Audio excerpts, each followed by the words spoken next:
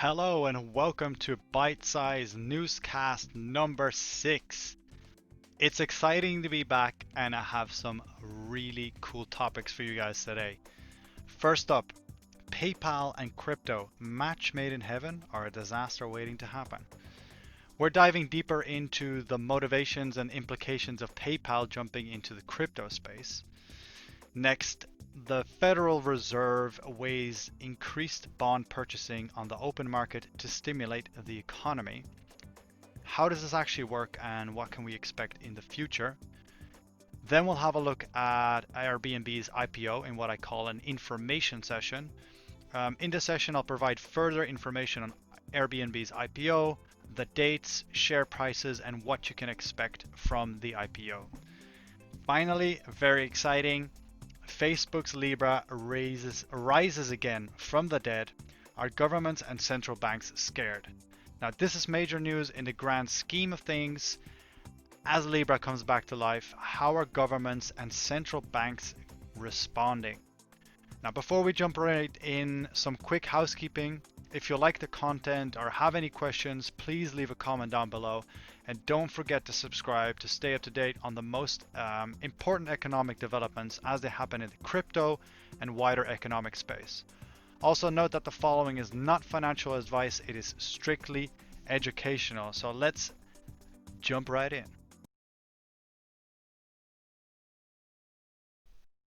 As many of you know, crypto adoption is here to stay.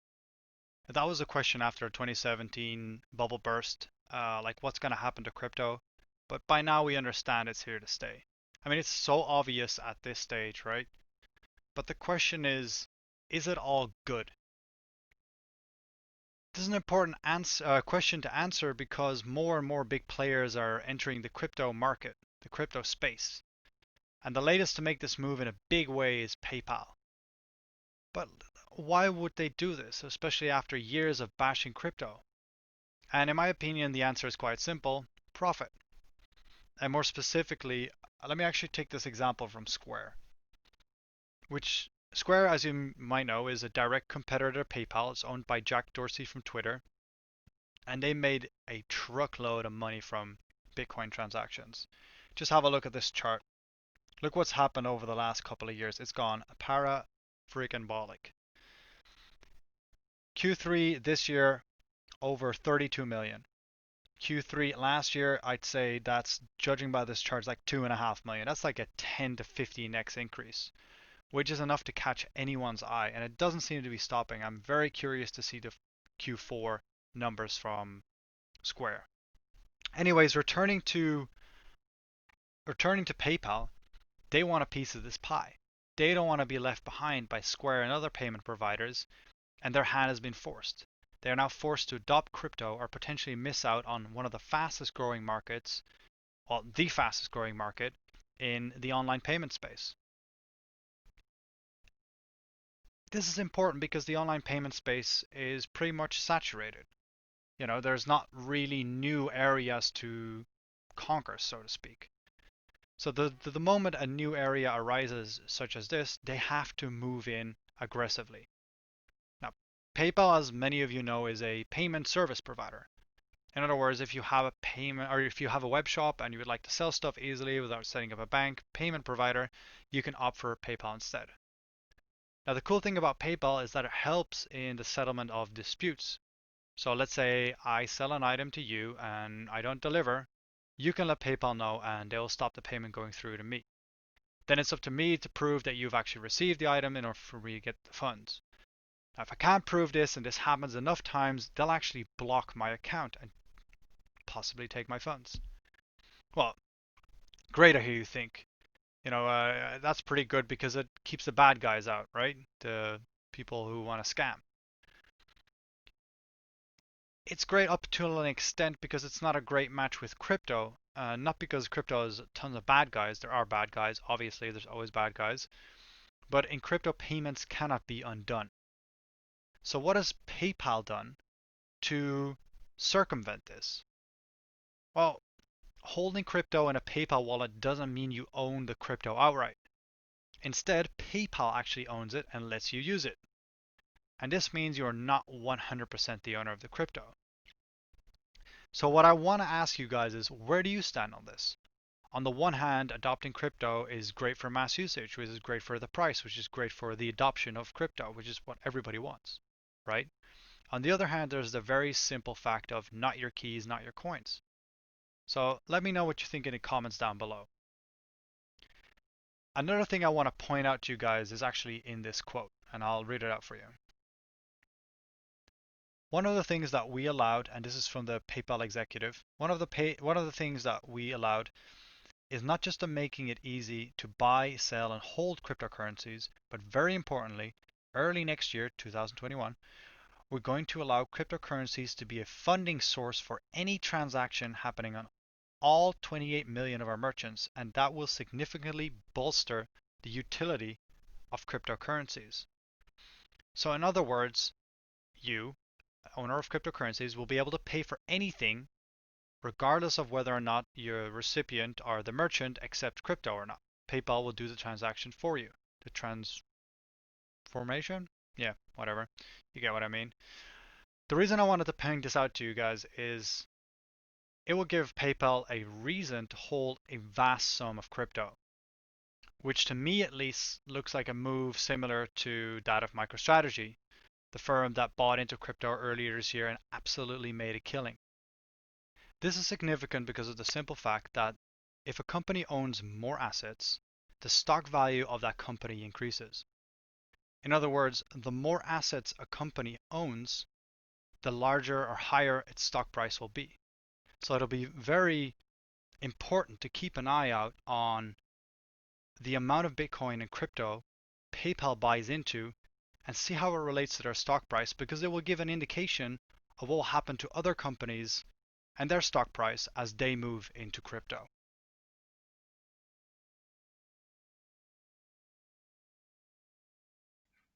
As the economy struggles, Fed weighs boosting bond purchases. So earlier this year, in order to stop the US economy from going into a complete meltdown, the Federal Reserve began buying like a sizable number of treasury bonds and mortgage-backed securities. And the reason they did this was in order to stimulate the economy. Now, I hear you ask why would buying bonds and mortgage-backed securities be stimulating to the economy? So before we delve into this here, I want to answer that really quickly. Now, in short, what the Federal Reserve does is it goes to the open market and buys bonds and securities from banks, mortgage providers, and other financial institutions. The result of this is that financial institutions are awash with cash. They get this money from the Federal Reserve. And given the fact that they have a lot of cash on hand, they're able to provide loans to smaller banks, businesses, and individuals who in turn invest this money into economy by paying wages and going out to buy stuff. So essentially, what we have is this trickling down of money from the Federal Reserve. It starts with the Federal Reserve, goes to financial institutions, and finally to businesses and individuals. And this is basically how economies in the 21st century are stimulated. Now, returning to this article, earlier this month, the Federal Reserve had a meeting, right? And the Federal Reserve officials discussed the possible future adjustments to the central bank's monthly bond purchases to boost the economy. Now, what they're basically weighing is that during these meetings, the pros and cons of adding money to the economy are put on a scale. And this essentially comes down to inflation. If the Fed adds more money to the economy, it will inflate the economy and add debt to the US government. And as you might imagine, that's not always desirable. So they must weigh the cost of doing this, adding of money to the economy, against the benefit of stimulating the economy, right? So inflation and debt versus stimulating of the economy. Now, as it stands, the Federal Reserve doesn't want to make a change on their current decision, right? Now they're adding 120 billions worth of bonds to the economy every month, and they just kind of want to stick with that. Now, what that kind of looks like, I want to show you guys here.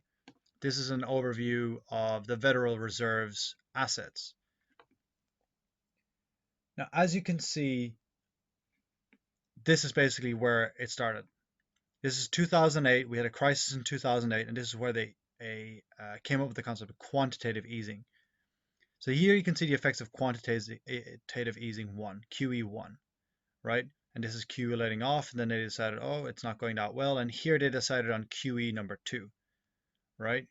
And then that went on, and then they decided on QE number 3 in order to stimulate the economy, and that kind of did the job. And 2014, the economy started trickling along, and they stopped purchasing bonds, right? Here it was fairly stable. And then here, as the economy started heating up, 2017, 2016 were good years. They were like, oh, let's try and cool it down a little bit.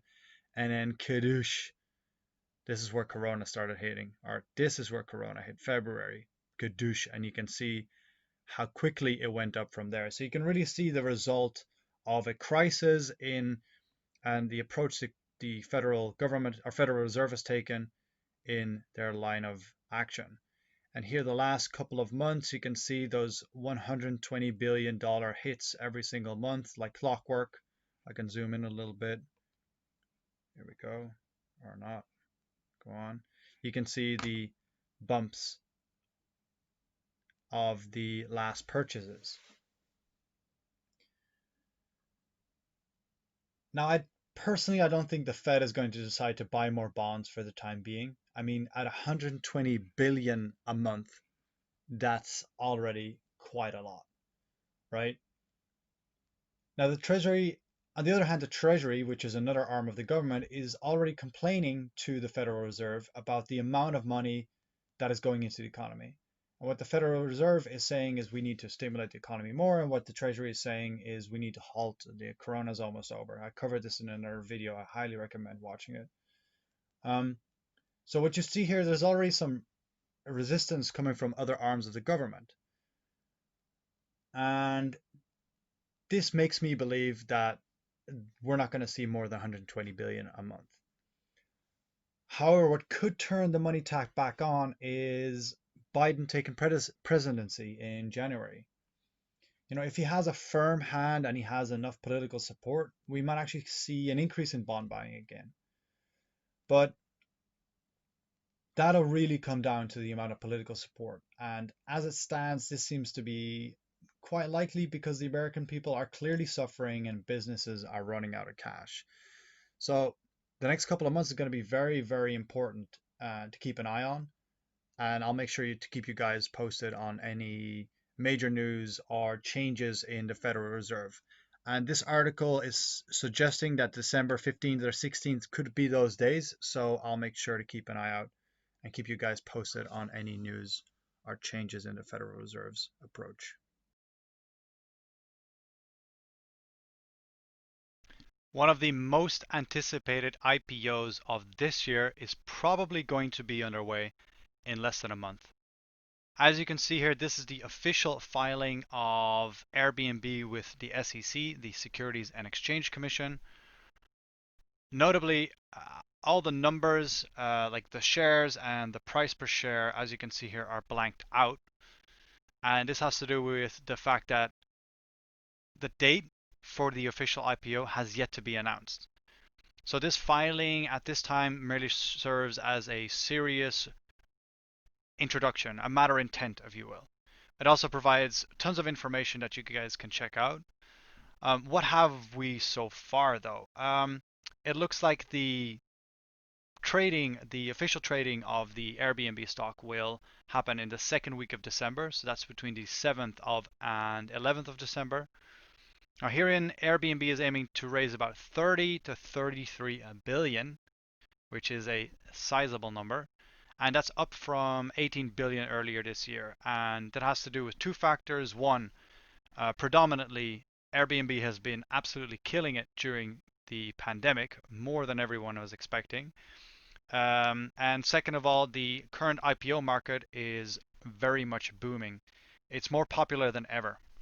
So the Airbnb CEO is seeing some money and wants to get this IPO done sooner rather than later. So how do you go about buying shares in Airbnb? Well, the way that works is Airbnb's CEO will call up what we call a market makers. Now, market makers are institutional investors and hedge funds that buy large quantities of Airbnb stock and in turn sell it on the market. Now, the conversation and the dealings that take place between the CEO and the market makers will determine the initial stock price. Now, once this price is determined, Airbnb shares will be offered on the public market and people like you and I will be able to buy them. Now, please note that if there's a great demand, the market makers will know this and raise the price. So don't make the mistake of thinking this works like a web shop where you can sign in and order 10 shares for 10 bucks. It doesn't work like that. It functions like a market. So in essence, if an IPO for a company is very desirable, the price will go up. If it's not desirable, the price will go down.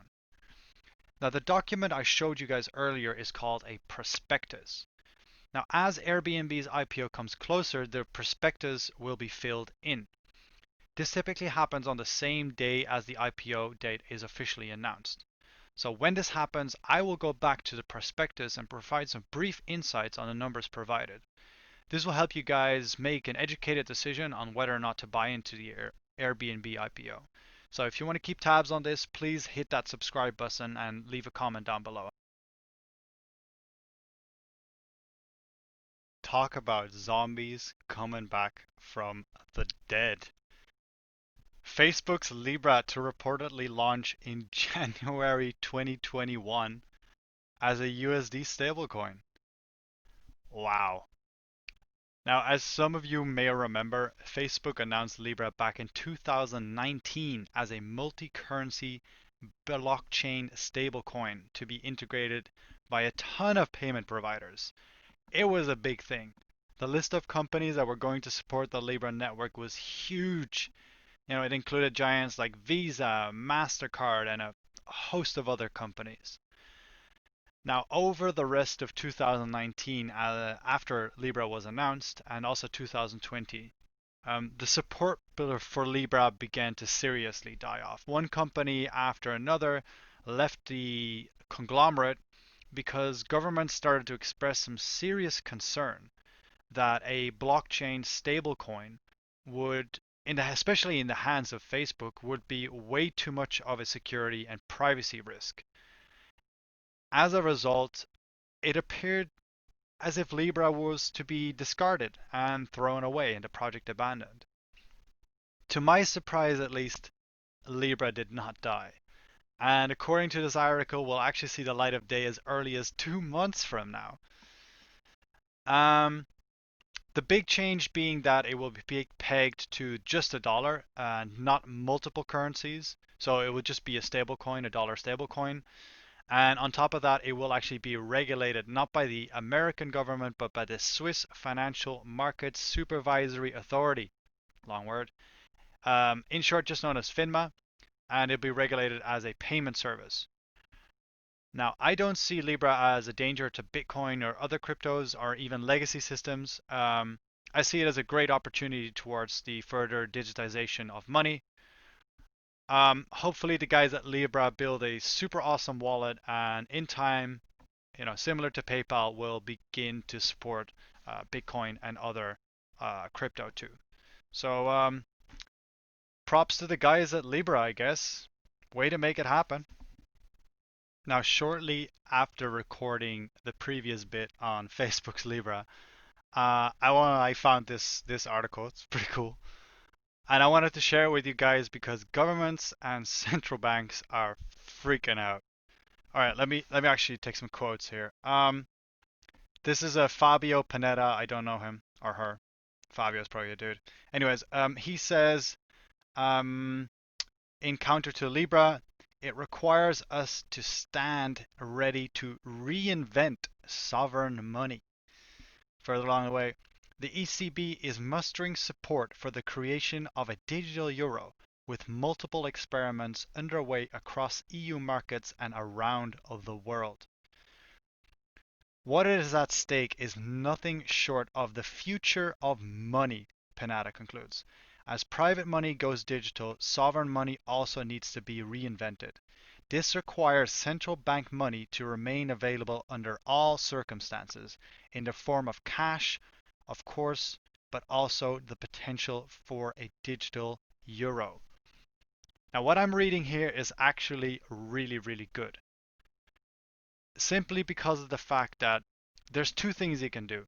You can ban it, you could try banning it, or you can join them. Now, central banks seem to understand that they cannot ban it. You cannot make blockchain illegal, and I mean, at least not yet, because there's simply no grounds for it.